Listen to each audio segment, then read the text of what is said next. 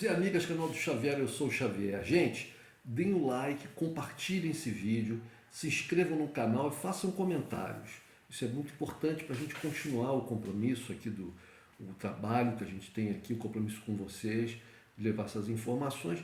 E se eu não pedir isso para vocês, gente, o canal não vai para frente. Nós estamos no início do nosso trabalho, nós estamos com 400 e poucos inscritos, nós precisamos chegar a 1000 inscritos para poder fazermos lives, utilizar outros recursos que o YouTube possibilita, mas só para quem já tem mais de 1000 inscritos. Então, eu peço a vocês que estão vendo esse vídeo, que se inscrevam no canal, que deem um like, que compartilhem e que façam comentários. Isso é muito importante para a gente. Bom, dando continuidade ao vídeo passado, esse vídeo é a continuidade do vídeo anterior, em que eu falava do ataque, da vingança russa, né, ao ataque, à sabotagem na ponte que ligava a Rússia à Crimeia. A ponte não foi destruída completamente, foi afetada, uma parte dela foi destruída, mas continuou uma pista em funcionamento e eles estão lá trabalhando para recuperar a ponte o mais rapidamente possível, porque essa ponte realmente é muito importante para a Crimeia e para a Rússia também. Bom, o que eu tinha falado antes? Eu fui lá atrás, falei na divisão do mundo, depois da Segunda Guerra Mundial, entre Estados Unidos e a União Soviética, como os Estados Unidos elencam os seus aliados em aliados de primeiro nível, de segundo, terceiro e tal. Por exemplo, a América Latina sempre foi considerado o quintal dos Estados Unidos, porque para nós aqui eles não deram nada, né? Os aliados ou melhor dizendo, os seus subordinados de primeira ordem, né? Aqueles que têm que seguir os parâmetros, os ditames norte-americanos de primeira ordem, são um grupo dos 5, que inclui eles próprios: Inglaterra, Reino Unido, Inglaterra, Canadá, Austrália e Nova Zelândia. Esses 5 países, né, têm uma unidade linguística, têm uma unidade étnica, são todos ao centro de poder nesses países dominado, comandado pela etnia anglo-saxã, que colonizou esses países, apesar deles terem recebido, todos eles, muitas migrações de muitos países diferentes, mas a maior parte da população, e principalmente o centro de poder político, econômico, estratégico, militar, etc., está na mão dessa etnia anglo-saxã, em todos esses países. Portanto, eles são países que a gente poderia dizer países irmãos. Mas esses países estão subordinados aos interesses, ao comando, à liderança norte-americana, por várias razões. Uma delas, principal, é que ele é a maior potência econômica e militar desses países. Não tem nem sequer comparação entre o poderio militar e econômico dos Estados Unidos e, por exemplo, a Nova Zelândia, ou mesmo a Austrália, e mesmo o Canadá ou a Inglaterra, ou ao Reino Unido. Os Estados Unidos é muito mais rico, né, e muito mais poderoso militarmente. Tem uma população muito maior, né, uma área geográfica que só o Canadá tem maior do que ele, mas tem uma população, o Canadá tem 40 milhões de habitantes, por volta disso. Os Estados Unidos têm mais de 330 milhões de habitantes. Então, eles são a liderança desse grupo, né, e ninguém nesse grupo pode contestar, e nem interessa a eles contestar essa liderança, porque é uma liderança óbvia. Aí vem os países do segundo grupo, que são os aliados digamos assim, os aliados que não são do mesmo grupo étnico, mas são aliados de primeira ordem. Então eu poderia dizer, aliados não, subordinados. Eu tenho que fazer um parêntese aqui, porque existe um país que é Israel, que apesar de ser um país pequeno em tamanho, a economia é pequena, a população é pequena, mas Israel consegue a façanha de, não sendo dominado militarmente pelos Estados Unidos, ou seja, não havendo em Israel uma base norte-americana de soldados, pelo menos que se saiba, não há uma base americana com soldados em Israel. Apesar disso, Israel recebe apoio militar por meio de armamentos e tal americano. Mas Israel tem isso é inegável, né? Não sou partidário do governo de Israel, sou partidário do povo de Israel, do país de Israel. Acho que eles têm direito à sua existência, assim como tem direito à existência palestina, assim como os curdos têm direito à existência e vários outros povos pelo mundo aí que não têm um país para chamar de seu. Mas os israelenses conseguiram isso desde, os judeus no mundo conseguiram isso desde a fundação do Estado de Israel e, portanto, eles têm uma terra própria sua, mas eles não têm bases militares americanas, como, por exemplo, tem o Japão, como tem a Coreia do Sul, como tem os países europeus todos. Né? Eles não têm. Então, e Israel também, por ser pequeno, então, não tem petróleo, não tem, né, nenhum, nenhuma riqueza, né, natural que seja muito valiosa, muito importante para a economia mundial, para a economia norte-americana. Mas tem uma estratégia, tem um posicionamento estratégico ali perto dos países grandes produtores de petróleo, aquela região do Oriente Médio, etc. E a comunidade judaica nos Estados Unidos é muito influente, muito influente. Então, eu diria que, de certa maneira, Israel tem uma situação bastante diferenciada e privilegiada. Ele não é um país de etnia anglo-saxã, obviamente, né? Não é um país de etnia anglo-saxã, não é um país dominado militarmente, no sentido de que haja uma base com milhares de soldados americanos lá, né? Ou mesmo ogivas nucleares norte-americanas. Não se tem informação disso, isso não é falado. Se existe, é uma coisa muito secreta. E, no entanto, os Estados Unidos e Israel têm uma proximidade muito grande, a ponto até de eu arriscar dizer que muitas vezes os americanos até se curvam aos interesses de Israel. Até se curvam. Tomam medida, realizam ações que são mais do interesse de Israel do que dos americanos, dos próprios Estados Unidos. Isso, inclusive, já foi reclamado por norte-americanos, como, por exemplo, se não me engano, autoridades militares, que já deram declarações algumas vezes reclamando de ações do governo, de posições do governo norte-americano muito submetidas aos interesses não nacionais norte-americanos, mas de Israel. Então é uma situação bastante pitoresca, vamos assim dizer.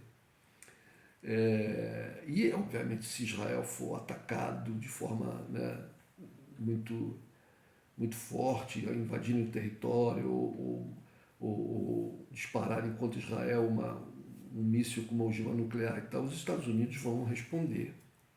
Eles vão se aliar aos israelenses e vão responder.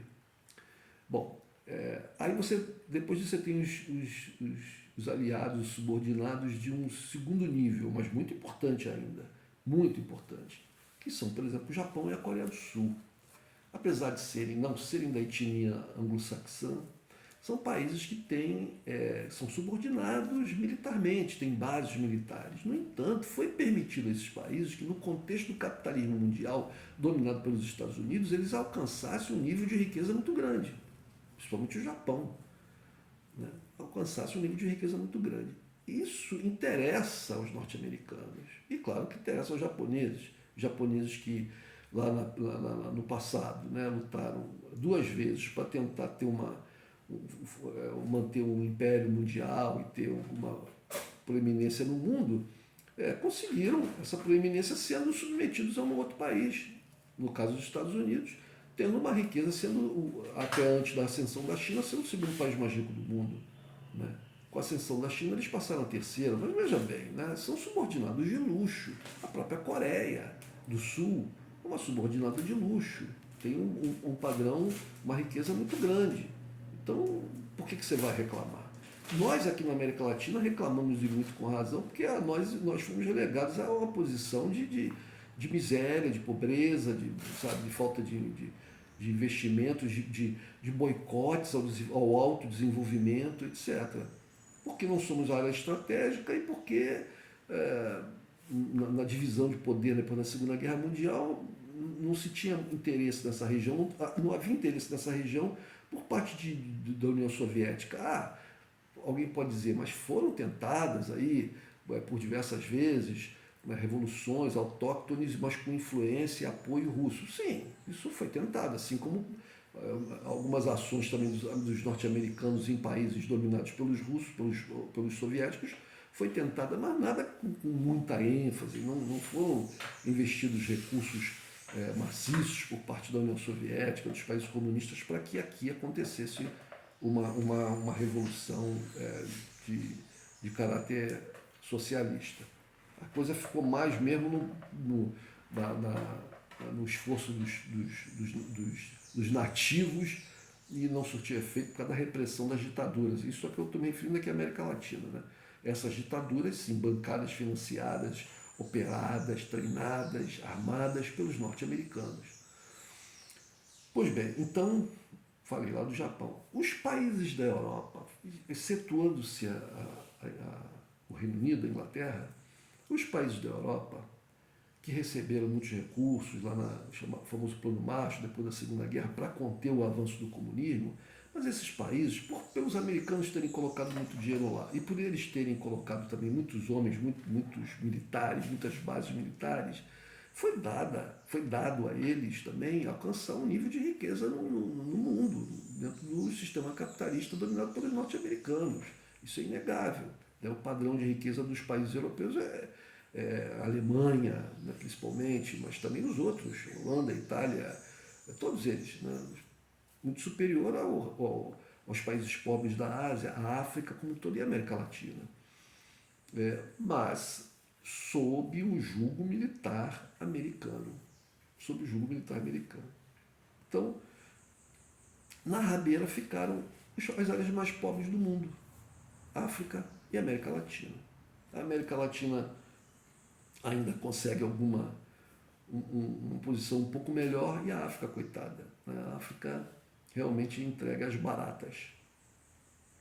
Então essa é a divisão do mundo que foi criada, foi desenvolvida no período pós-guerra. Aí, com a Guerra Fria e tal, toda aquela história que a gente já sabe. Chegamos aqui, hoje, em 2022, quer dizer, depois do final da União Soviética, o que pensou-se o quê? Teve até o famoso livro do Fukuyama, né, que é o fim da história.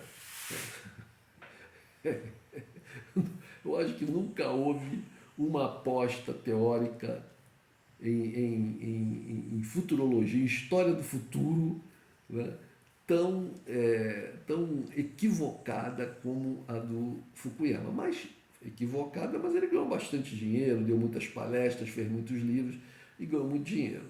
Mas depois disso foi jogado na lata de lixo da história, porque o caminhar do tempo, né, nada como um dia atrás do outro, como eu costumo dizer, mostrou que o que ele falou foi uma asneira total.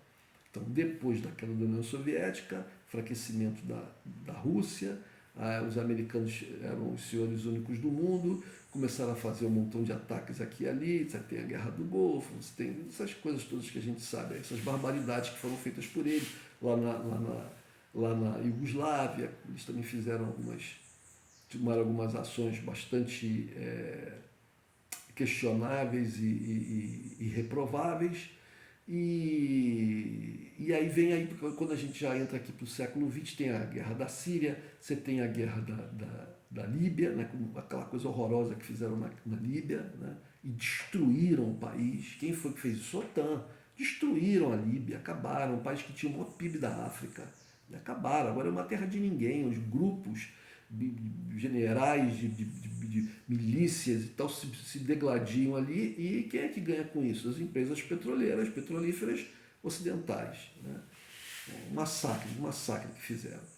Tentaram fazer na Síria, o governo da Síria não caiu porque os russos apoiaram, seguram esse governo até hoje, por causa da guerra que os americanos fizeram lá, essa sim, uma guerra total em muitas regiões onde eles bombardearam terrivelmente. Por causa disso apareceu o Estado Islâmico, pelas ações do governo americano no Iraque e na Síria, nasceu o Estado Islâmico, e aí depois eles vão e lutam contra o Estado Islâmico, mas na Síria eles perderam. Eles perderam na Síria, né?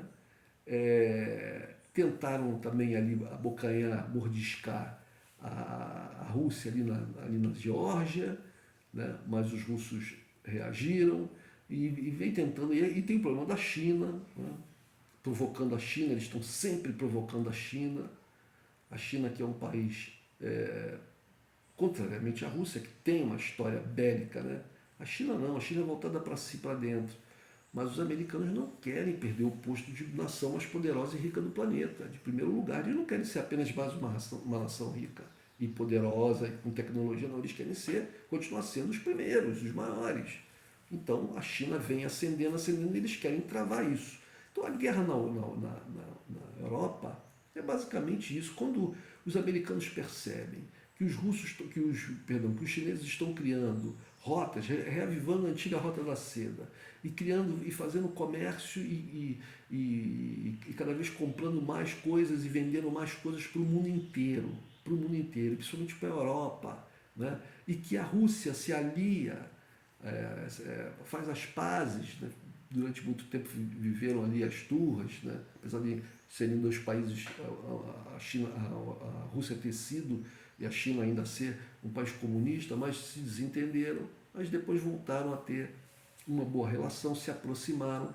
E aí os americanos, não, a gente não pode fazer, a gente tem que fazer alguma coisa, Então foram fortalecendo as suas ações, né? Intensificando as ações, né? de provocação, de boicote, tanto a China como a Rússia.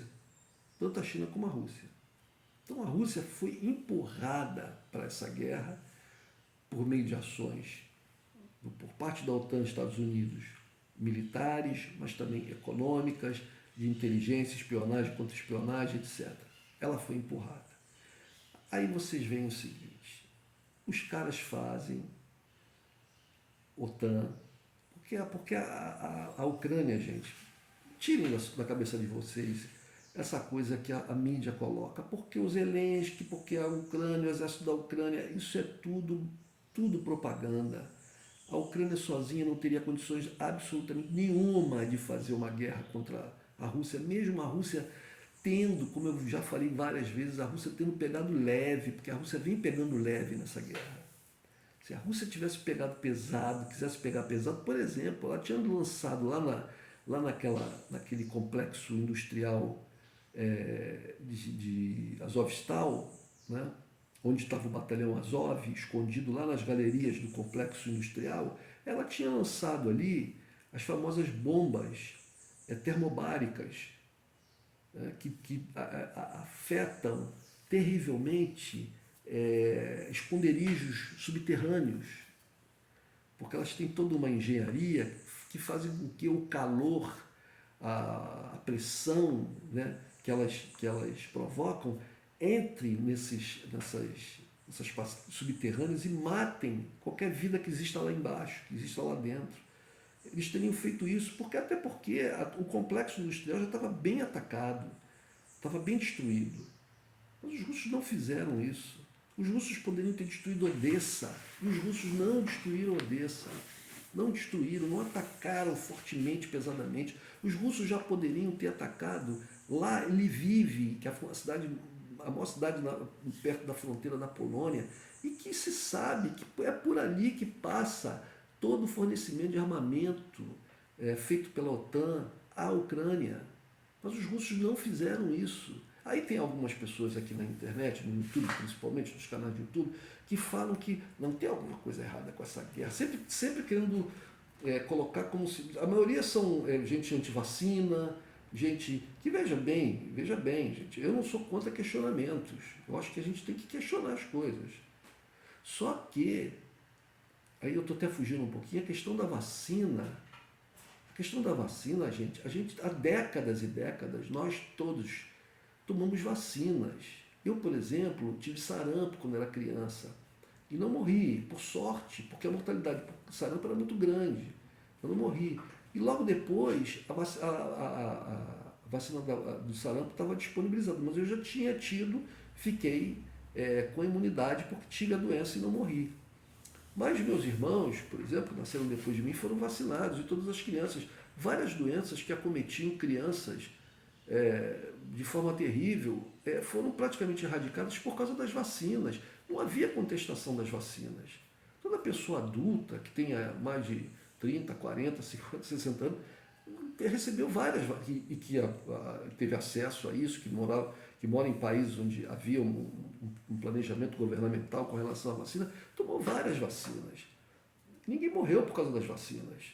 Quer dizer, algumas pessoas, são casos raros de pessoas que tiveram alguma reação, assim como existem casos de pessoas que tomam remédio, que tomam Novalgina e morrem.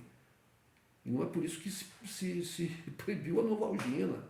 Né? Você não pode tomar Novalgina indiscriminadamente, mas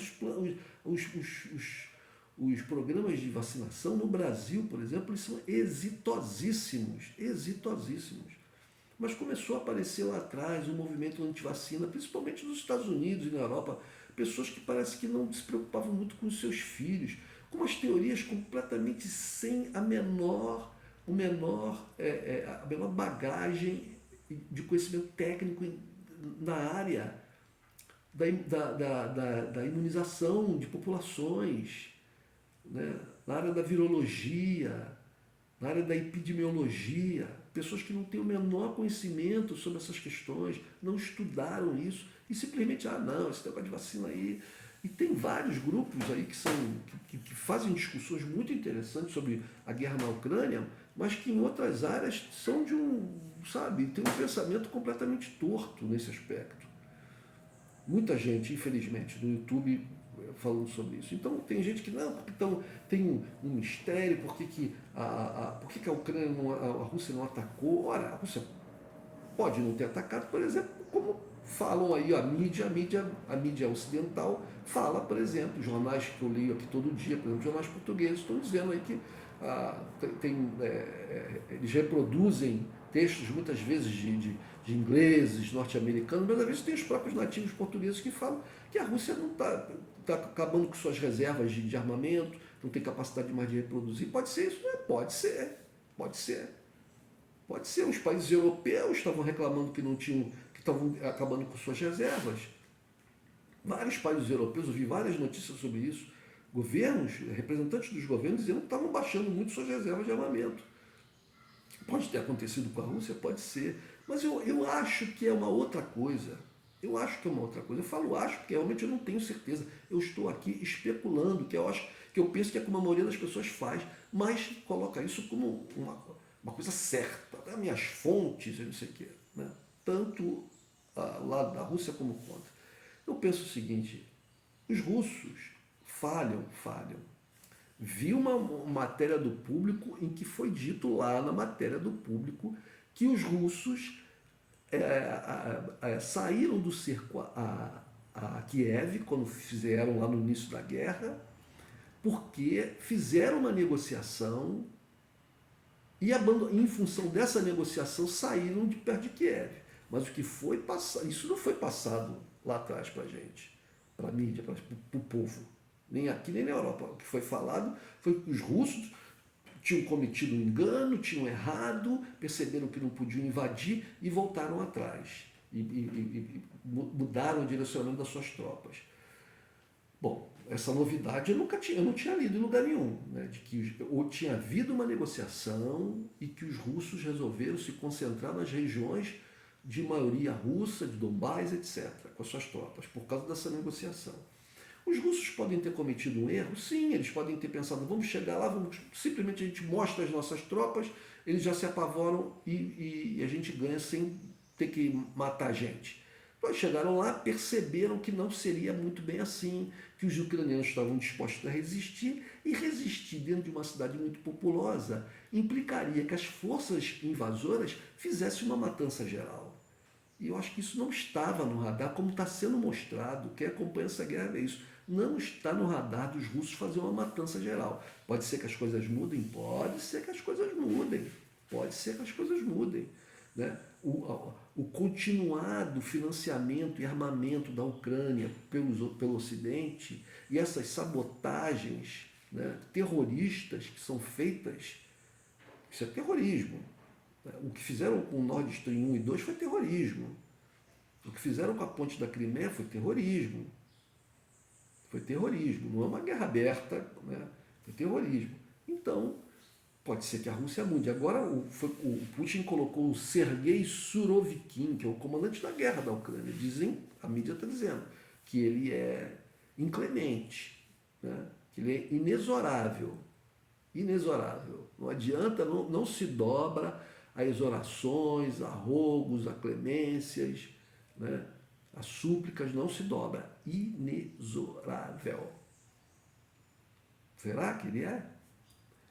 E agora? O que faz a Ucrânia? O que fazem os europeus? Não, vamos fazer sanções. Aí tem matéria falando que a Bielorrússia que vai atacar, porque não sei o quê. Os bielorrussos falam, olha, não nos provoquem.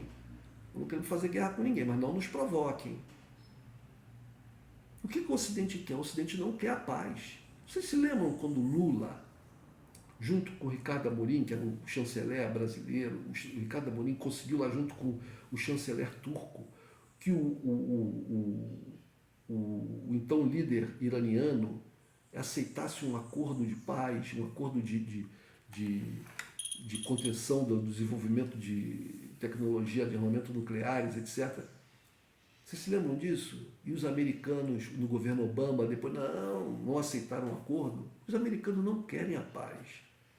Os americanos querem ficar fustigando esses países porque não querem que esses países que não estejam no âmbito dos seus subordinados se desenvolvam. É isso.